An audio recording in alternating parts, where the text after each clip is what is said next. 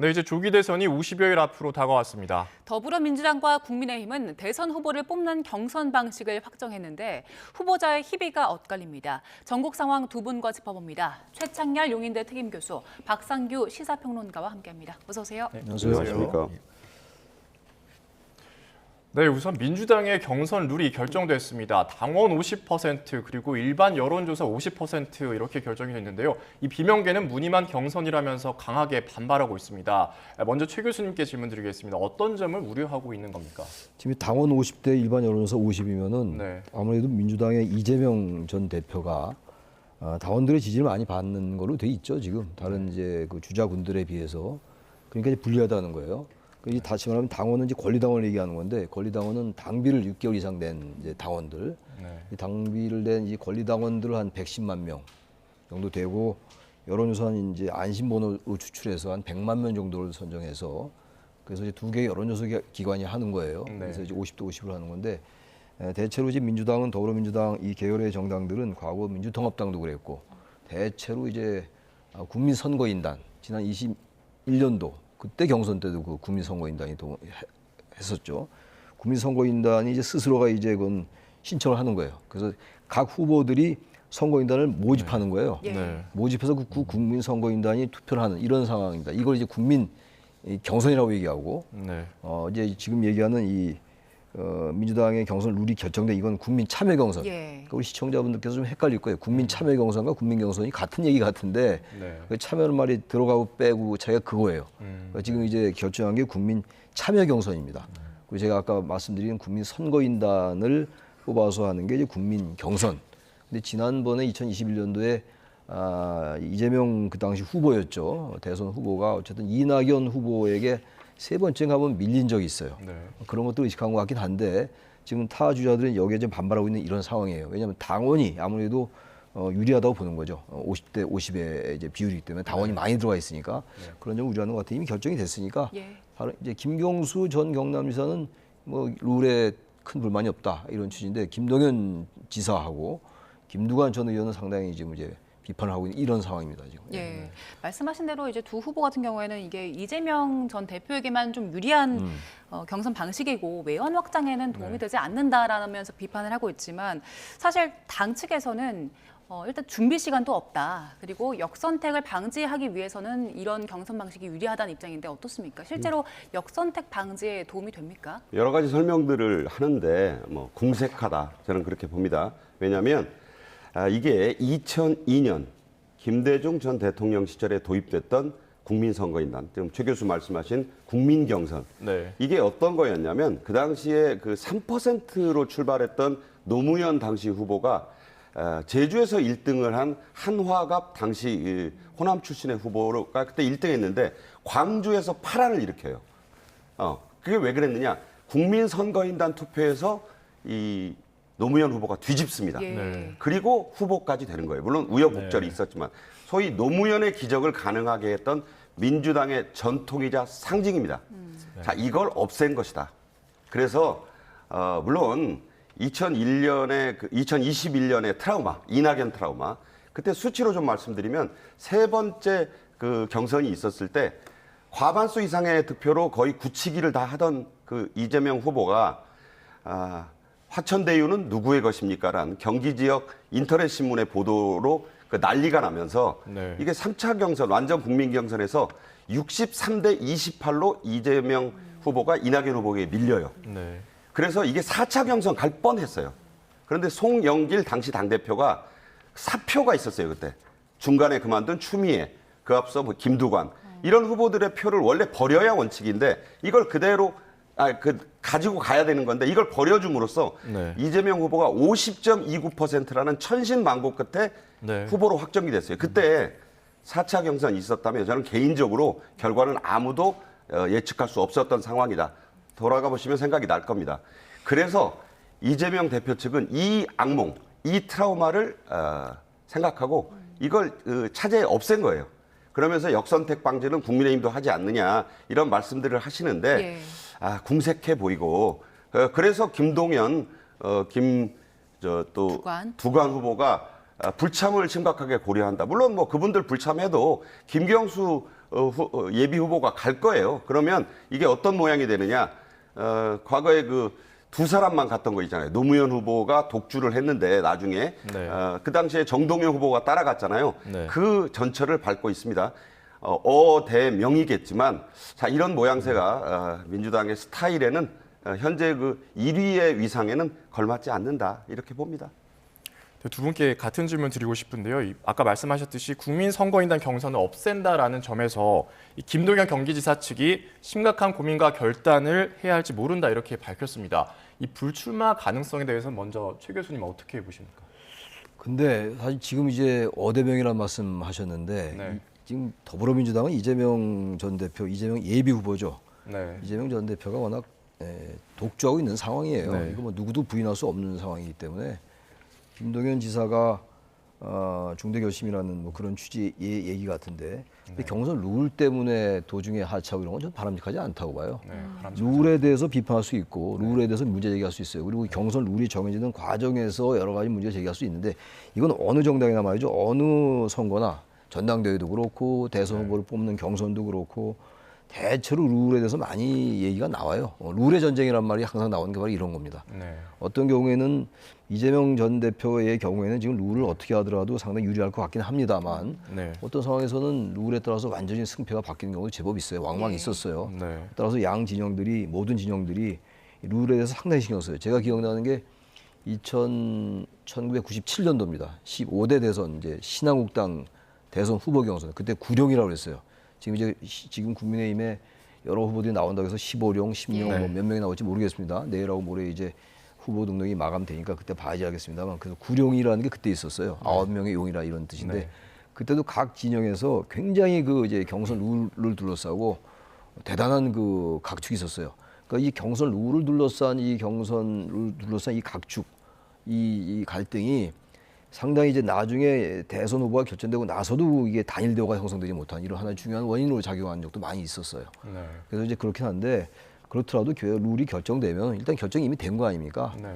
전 만약에 그 김동연 지사가 계속 대선에 출마하려고 마음을 먹었다면 끝까지 좀 완주하는 게 맞다고 봐요. 네, 완전. 다른 이유로 해서 오세훈 시장 얘기 이따 나오겠습니다만 오세훈 시장처럼 그냥 출마 안 한다는 게 아니라 예. 룰 때문에 출마 안 한다. 이거는 좀 궁색하지 않느냐. 저는 그렇게 봅니다. 네. 박 평론가님 어떻게 보십니까? 뭐 최 교수님 말씀에 다 들어 있고요. 네. 다만 뭐 정치적으로 본인이 결단하는 거니까 네. 민주당 측에서 뭐 저 두 분이 차기를 보고 네.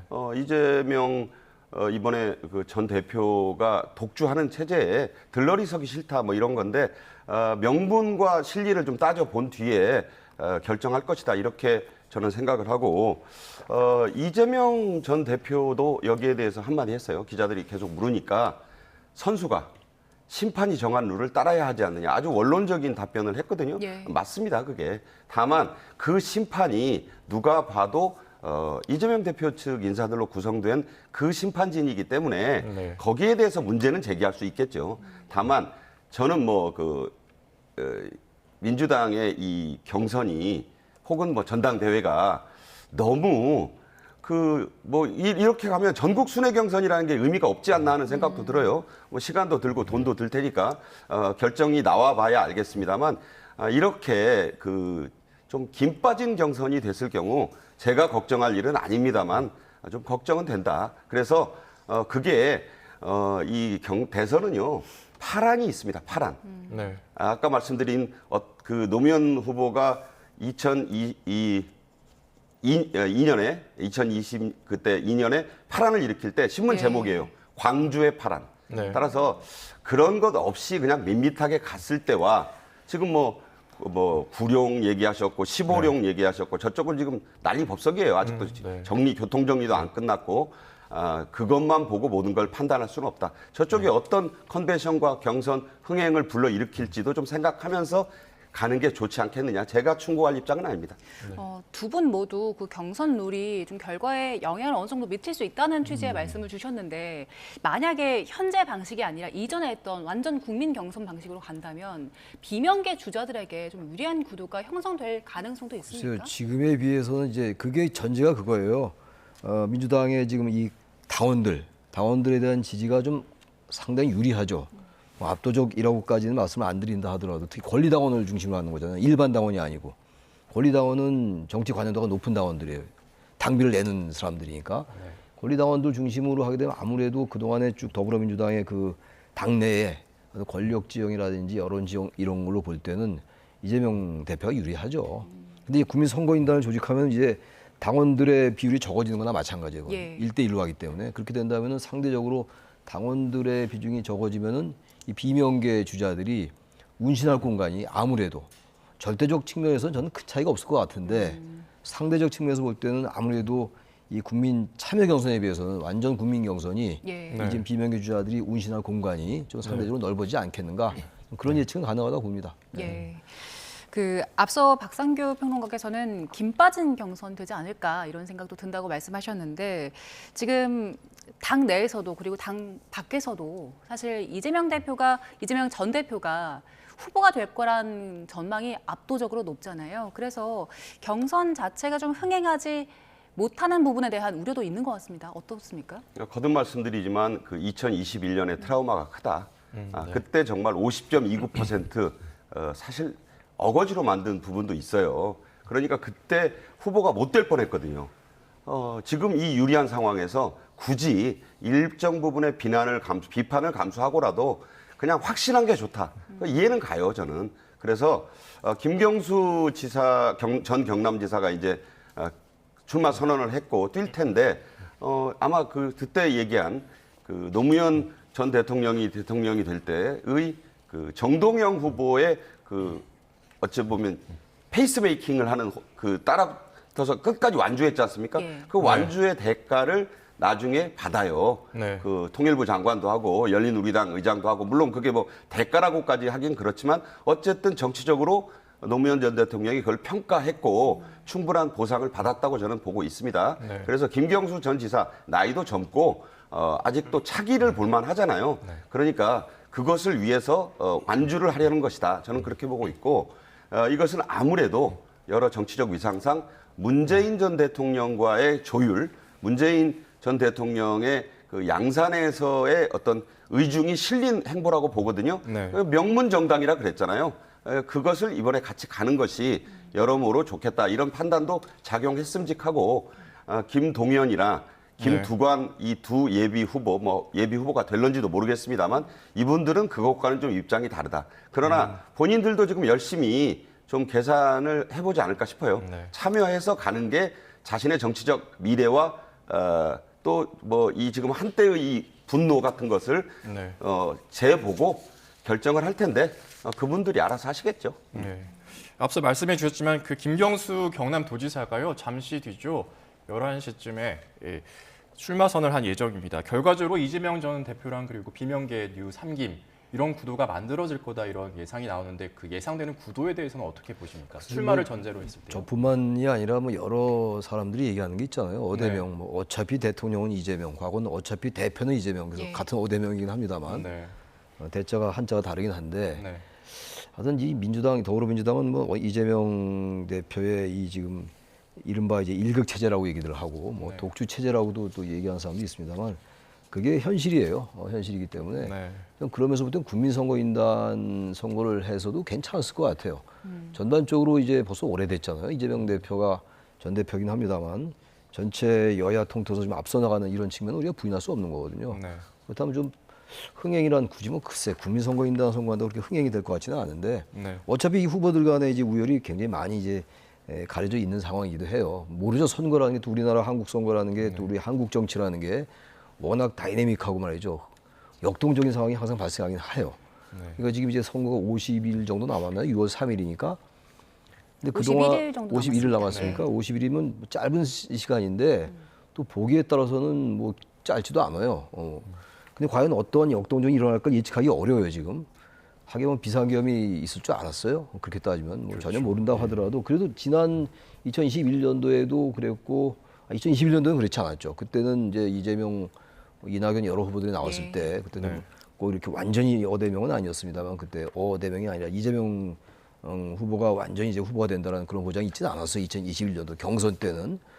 근데 그 전에도 보면은 과거 박근혜 전 대통령 탄핵되고 나서도 보니까 결국 문재인 후보가 됐잖아요. 이게 이 상황이 좀 그래요. 상황 자체가. 더불어민주당과 국민의힘의 이제 이 대결 구도에서 윤석열 전 대통령이 파면되고 나와서 바로 그래서 치러진 선거라는 그 기본적인 구도, 이 구도를 무시하기 어려울 거예요. 아무리 이게 대선이 미래 전망적 투표라 하더라도 그런 점에서 저는 글쎄 이제 3자 구도가 치러진다 하더라도 좀 어떻게든 흥행에 성공했으면 좋겠는데 그래야 좀 뭔가 국민들도 좀 다른 시각으로 볼 텐데 워낙 싱겁게 끝나면 뭐 대선 승패와 관계없이 너무 정치가 좀 맥이 빠지잖아요. 그래서 뭔가를 그런 이제 흥행 요소를 민주당이 좀 마련해야 될 것 같은데 지금은 국민선거인단 이제 경선이 이제 배제가 됐으니까 당장은 뭐 그렇게 흥행 요소 별로 없을 것 같긴 합니다만 또 모르죠. 무슨 변수가 생길지 두고 봐야 되겠죠. 덧붙여봐 한마디만 드리면 어떤 신문의 보도가 이런 게 났어요. 민주당의 대선 당규 준비특별위원회 이름도 깁니다. 여기서 이제 이춘석 위원장이 있던 비공개 회의에서 한 의원이 그런 말을 했다. 뭐냐면 뭐 이 두 전씨 전광훈 목사하고 전한길 강사가 몰고 와서 한 100만 명이 완전 국민 경선에서 들어와서 표를 던지면 무슨 일이 일어날지 장담할 수 있느냐 이런 말이 나왔다고 보도가 됐어요. 한 일간지에. 그래서 그 말의 진위를 떠나서 이 말에 이 문장 속에 민주당이 갖고 있는 그 공포, 악몽이 있다. 그래서 그렇게 안 한 것이다. 그 당의 선택입니다. 자, 이번엔 국민의힘이 얘기를 좀 해보겠습니다. 오세훈 서울시장 어제 불출마를 선언했는데요. 앞서 뭐 사무실 계약했다는 보도도 있었는데 결국에는 불출마 선언을 했습니다. 오세훈 시장이 이런 선택을 한 걸 두고 여러 해석이 나오고 있거든요. 일단 박상규 평론가께서는 어떤 분석을 해주실까요? 뭐 백의종군, 마중물 여러 말씀하셨는데 저는 간단히 그 이유가 50여 명의 친윤계가 중심이 된 의원들이 한덕수 대통령 권한대행을 영입하려고 혹은 추대하려고 했던 것이 결정타가 됐었다. 이렇게 봅니다. 그래서 본인이 1차 경선 4강 안에 들 수 없다는 판단이 내려진 거예요. 정치인은 냉정하게 그 진퇴를 결정하는 게 맞습니다. 그래서 뭐 여러 말씀은 다 보도가 여러 번 됐고 저는 그렇게 판단을 하고요. 뭐 어디 출마 장소까지 다 알아보고 집기 준비하고 하다가 저게 갑자기 멈춰서는 바람에 저 캠프에 참여하려던 뭐 이렇게 언론계에서 아는 분들도 갑자기 좀 실직자가 또 됐다는 얘기도 있고 그래서 저게 참모들도 극히 일부 참모들하고만 상의했다고 합니다. 저는 그렇게 판단을 하고 아마 오세훈 시장의 결단은요 2026년 6월로 예정돼 있는 지방선거 1년 뒤쯤이잖아요. 1년여 남았잖아요. 거기에서 본인이 또 출마할 수 있습니다. 왜냐하면 시장은 한 번 낙선했다가 돌아와서 3번 했지만 연임을 3번 안 하면 되거든요. 그것도 고려를 한 결단이다. 우선은 1년간 이 시장직을 좀 유지하고 본인의 정치적 진로는 뭐 어떤 정부가 들어서게 되면 그 정부의 그걸 좀 추이를 본 뒤에 본인의 실리적 선택을 한 것이다. 그리고 그 마중물이니 뭐 견제군이 이런 거를 제가 두루 해석할 때는 아마 그 표를 탄핵 찬성 입장에 섰던 어떤 후보에게 몰아줄 가능성이 있다. 그래서 이것은 대선 국민의힘 경선 구도에 작지는 않은 영향을 줄 것이다. 이렇게 봅니다. 최 교수님께서는 어떻게 분석하세요?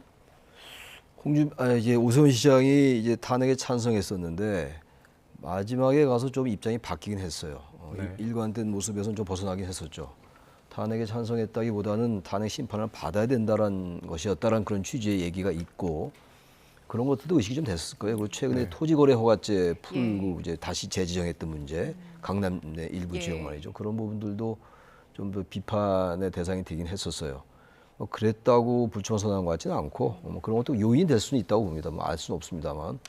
그리고 지금 이제 우리 박상현 평론가께서 말씀하신 것처럼 그 이제 한덕수 대통령 권한대행에 대해서 지지하는 의원들이 의외로 많다는 거에 충격을 받은 것 같기도 해요. 그것도 명태균 게이트 좀 걸려서 시간이 신경이 쓰였을 것 같고 여러 가지로 볼 때 과연 출마하는 게 승리의 가능성이라는 측면에서 볼 때 좀 낮다고 판단한 것 같아요. 만약 승리 가능성이 대단히 높다 그러면 뭐 불출마 선언 안 했겠죠. 원래 오늘 출마 선언하려 했던 거였잖아요. 그렇죠. 책도 이미 냈고 말이죠. 그랬는데 불출마 선언한 걸로 봐서는 내년 서울시장 선거에서 다시 이제 당선되고 뭐 다음 훗날이니까 지금 얘기할 건 아니겠습니다만 그 다음에 또 대선이 있는 거니까 그때 또 헌법 구조가 어떻게 바뀔지 모르겠습니다만 그런 여러 가지를 고려한 것 같아요. 제가 볼 때 잘한 선택인 것 같아요. 그리고 오세훈 시장이 그래도 국민의힘 후보 주자군들 중에서 지금 불출마 선언했습니다만 상당히 외연 확장성이 있고 예. 또 개혁적이고 탄핵에 반대했던 후보들에 비해서는 아주 부단하게 그래도 과거에 2011년에 무상급식도 얘기했던 사람이고 해서 국민의힘 특히 보수 정당에게는 대단히 중요한 자산이에요. 이런 분이 어쨌든 그래도 뭐 이유야 여러 가지 있겠습니다만 적어도 탄핵된 대통령을 배출한 정당에 있는 분들이 요즘 여러 명 나온다는 거 아니에요? 전 그것도 참 보기가 민망하던데 적어도 네. 그런 점에서 볼 때는 본인도 책임을 느낀다는 얘기 했잖아요. 모든 사람이 국민의힘 당원들이나 소속된 사람들은 윤석열 전 대통령 파면 탄핵으로부터 자유로울 수 없다라는 얘기. 네. 그럼 명분이긴 합니다만 나름대로 의미가 있다라는 생각을 합니다. 예. 자, 그런가 하면 그 한덕수 권한대행 말씀하셨는데 박평론가님 한덕수 권한대행의 출마 가능성은 어떻게 보십니까? 말씀하셨는데 뭐 그런 부분이 오세훈 서울시장의 어떤 결정에 영향을 준 것 같다라는 취지로 말씀을 해주셨는데 국민의힘 경선에 참여할 가능성이라든지 혹은 무소속 출마 후에 단일화할 가능성이라든지 어떤 쪽이 좀 더 비중이 있다고 생각하십니까? 앵커 질문하셨는데 네. 결론적으로는 후자에 좀 무게가 실린다고 보고 네. 14, 15일 국민의힘 경선 후보 등록 여기는 안 할 것이다라고 이 여러 군데서 보도가 됐고요. 네. 제가 볼 때도 지금 이 국난에 가까운 경제 위기라고 저는 봅니다. 네. 트럼프발 관세, 통상 산적한 문제가 있어서 지금 어렵사리 탄핵에서 이 풀려나서 지금 네. 복귀한 한대행이 그런 현안들을 외면하고 대선 경선, 특정 정당의 대선 경선에 선뜻 뛰어들기도 좀 뭐하다. 네. 국민들 시선이 곱지 않고 또 그 평생을 외교 통상의 전문 관료로 일해온 분으로서 여러 가지 고민이 있었을 것이다. 본인은 한마디도 안 하고 있는데 주변에서 지금 난리들이에요. 그래서 좀 본인도 좀 머쓱한 상황. 본인은 얘기하지 않았습니다. 어떤 얘기도 안 했어요. 그런데 지금 뭐 50여 명, 30명이었다, 50명이 뭐 추대 움직임을 보인다. 그분들이 또 언론에다 대고 자꾸 인터뷰하잖아요. 교감을 했다, 교류를 했다. 그런데 아마 등록은 하지 않을 것이다. 근데 또 그분들 말이 뭐냐면 뭐 나중에 이제 뭐 한 4월 말 5월 초에 네. 사표를 내고 무소속으로 출마를 해서 예. 밖에다 빅텐트를 치고 뭐 국민의힘의 최종 후보와 또 단일화를 한다. 너무 정치적으로 이게 시나리오가 멋있긴 해요. 예. 그런데 가는 그 길길마다 암초가 워낙 많습니다. 암초라기보다는 난관이 너무 많아요. 과연 평생을 그 청렴하달까? 뭐 어쨌든 전문 관료로만 일해온 분이 그런 그 보통 정치인도 뛰어넘기 힘든 허들을 본인이 오세훈 시장 얘기하잖아요. 스스로 결단하고 행동하셨으면 좋겠다. 네. 그런 결단을 해낼 수 있을지 주변에서 너무 좀 많이 이렇게 푸시업 하는 거 아닌가, 좀 밀어댄다. 그런 느낌이 들어서 그것은 미지수지만 일단 14, 15일 경선에 등록을 하지 않을 것이다. 저는 그렇게 봅니다. 예. 그리고 어제 김문수 전 장관 그리고 나경원 의원이 대학생들과 함께 햄버거 회동을 가졌는데 그 전날에도 함께 좀 연금 관련 집회에 참석을 하면서 연일 함께하는 모습을 보였거든요. 그래서 이걸 두고 후보 단일화를 염두에 둔 것이다. 이런 분석들도 나오고 있는 상황인데 사실 선거는 중도층 싸움이잖아요. 그런데 이 두 사람이 지지층 결집을 넘어서 중도를 좀 아우를 수 있는 힘이 있다고 보십니까? 전 별로 중도 아우를 수 없을 것 같아요. 결론적으로 말씀드리면 김문수 전 장관과 나경원 의원은 이번 탄핵 국면에서 가장 아주 선명하게 탄핵을 네. 반대했던 분들이에요. 예. 네. 그야말로 이제 케미가 맞는 거죠. 한동훈 전 대표하고는 전혀 다른 결이니까 그러면서 이제 서로 교감을 가지면서 이 경선 국면에서 연대할 수 있으면 연대하겠죠. 지금 일단은 이제 4명 안에 들어야 될 거 아니야. 예. 지금 1차에서 이제 4명으로 컷오프를 하니까 그러면서부터 두 사람이 계속 시너지 역할을 낼 수가 있죠. 네. 전 그렇게 생각해요. 지금 이건 벌써 다 지난 얘기긴 합니다만 네. 탄핵에 대해서 반대했던 분들 그리고 아주 격렬하게 반대한 분들이잖아요. 네. 그 대통령은 탄핵되고 파면됐어요. 그건 국민에 의해서 파면된 겁니다. 헌재가 파면됐습니다만 헌재가 헌법기구로서 국민의 이름을 받도록 파면시킨 거예요. 우리 그렇게 해석해야 되는 겁니다. 법률적으로. 근데 저렇게 또 그럼에도 불구하고 탄핵에 반대했지만 자신의 생각이니까 나올 수 있다 하더라도 그래서 아까 질문처럼 얼마나 중도 확장성이 있을까. 예. 네. 전 뭐 개인적인 생각입니다만 대단히 회의적이다. 네. 그 정도로 말씀드리겠어요. 예. 이런 가운데 이 국민의힘도 경선 룰을 만들었는데요. 1차 경선에서 이 국민 여론조사의 100%로 4명을 뽑고 또 2차 경선에서는 2명으로 압축한 뒤에 3차 경선에서 최종 후보를 선출하는 겁니다. 역시 역선택 방지 장치를 만들었는데 이 여론조사에 다른 당을 지지한다는 응답이 있으면 빼겠다는 겁니다. 바로 이 부분을 유승민 전 의원은 대국민 사기라고 주장을 했는데 유 전 의원의 입장에 대해서 어떻게 보시는지 박평론가님께 질문 드리겠습니다. 유 전 의원은 당연히 저렇게 얘기할 수 있죠. 네. 본인이 이제 전체 여론조사에서는 네. 상위권을 가는데 저 룰에 집어넣으면 안 보이거든요. 뒷줄이다. 그러니까 정치인으로서 저런 얘기를 할 수 있습니다. 네. 뭐 사기라고까지 얘기하시는 건 좀 과하다는데 과하다. 정치인 네. 표현의 자유가 있으니까 네. 저렇게 얘기하시는 거죠.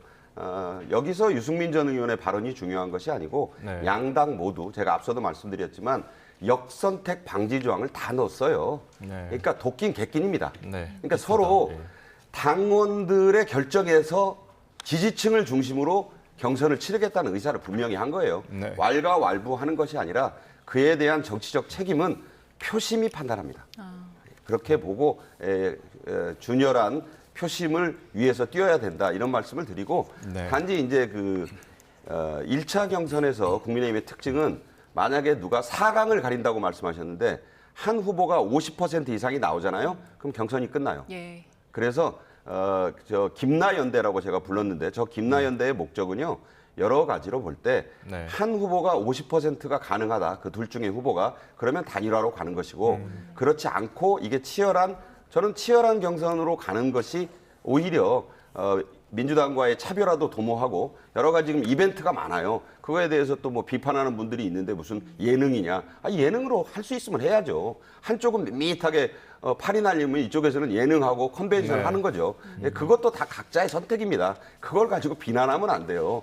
오히려 경선 흥행이 안 되는 당이 그런 할 얘기는 아니다. 그에 대한 책임도 국민의힘이 예능 경선 해가지고 인기를 끌겠다는 거는 뭐 일종의 최선을 다해보겠다는 거니까 그것도 그것에 따른 만약에 여론이 나쁘게 나오면 그걸 결정한 사람들이 또 책임인 거예요. 정당은 정권을 잡기 위해서 온갖 수단을 써보는 겁니다. 거기에 대한 평가는 표심이 한다. 예. 다만 그 컨벤션 하시는데 이 컨벤션은 좀 시끌벅적해야 좋은 거예요. 예. 네. 그런 것을 생각합니다. 교수님, 그 유승민 전 의원이 주말 동안 생각 정리해서 국민께 말씀드리겠다 했는데 이제 출마를 선언할까요? 어떨까요? 안 할 것 같아요, 제가 볼 때. 네. 예측이 틀려도 할 수 없는데 지금 이제 이 국민의힘은 그야말로 흥행이 정말로 필요해요. 저렇게 역선택 방지 조항을 그걸 넣는다는 거는 탄핵에 찬성한 사람 배제하는 것밖에 안 돼요. 그건 민주당과 같은 레벨에서 비교할 수 없어요. 왜냐하면 민주당은 탄핵을 찬성했던 정당이고 국민의힘은 지금 탄핵 찬반이 뚜렷하게 갈린 정당이에요. 지금 후보군들 중에서. 그렇기 때문에 여기서는 탄핵에 찬성한 사람들이 들어올 수 있는 공간을 마련해 줘야 돼요. 그건 역선택 방지 조항 배제입니다. 예. 근데 그걸 떡하니 넣고 나면은 유승민 전 의원 같은 경우는 들어올 길이 없다고요. 유승민, 안철수, 한동훈 이런 사람들이 들어와야 그래도 중도들이 관심 갖고 볼 거라고요. 예. 윤석열 전 대통령 파면되고 그 파면에 반대했던 사람들이 유리한 구도를 만드는 것밖에 안 돼요. 제가 해석하게. 그러니까 이건 민주당하고 같은 조건으로 비교할 게 아니라 이런 얘기예요. 그래서 저는 국민의힘이 이번 대선에 대해서 이 역선택 방지 하는 조치를 보고 넣는 걸 보고 말이죠. 김문수, 나경원 이런 후보 등등 이런 분들에게 유리한 구도가 된다. 민주당도 이재명 대표에게 유리한 구도 아니냐. 뭐 그렇게 얘기할 수 있어요. 근데 이게 사실 이재명 대표가 처한 입장하고 지금 국민의힘이 처한 입장이 다르다고요. 본질적으로. 그렇다면 전 대단히 아쉬운 게 뭔가 국민들이 어떤 뭐라고 할까? 뭐라고 하죠? 그걸 어떤 상당히 변화에 가까운 그런 게 필요해요. 파격적인. 그러려면 이게 역선택 방지 조항이 가장 결정적이거든요. 이걸 좀 넣지 않으면은 뭔가 한동훈이나 유승민이나 이런 후보들이 이 전진하는 게 보이면은 국민들이 중도층들이 말이죠. 야, 국민의힘이 가능성이 있겠네라고 보는데 아예 이 사람들이 배제되면은 예. 과연 되겠어요? 저는 그래서 국민의힘이 여전히 대단히 좀 이런 부분에서는 좀 글쎄 퇴행적이라고까지 말씀은 안 드리겠는데 여전히 너무 현재 아주 좋게 표현해서 현재 안주하려 하는 게 아닌가 네. 그런 생각이 들어요. 제가 정말 짧게 한 말씀 드리면 노무현 전 대통령이 그 정몽준 후보와의 단일화가 무산된 뒤에 있었던 그 파란을 기억하실 거예요. 그러니까 표심은 모릅니다.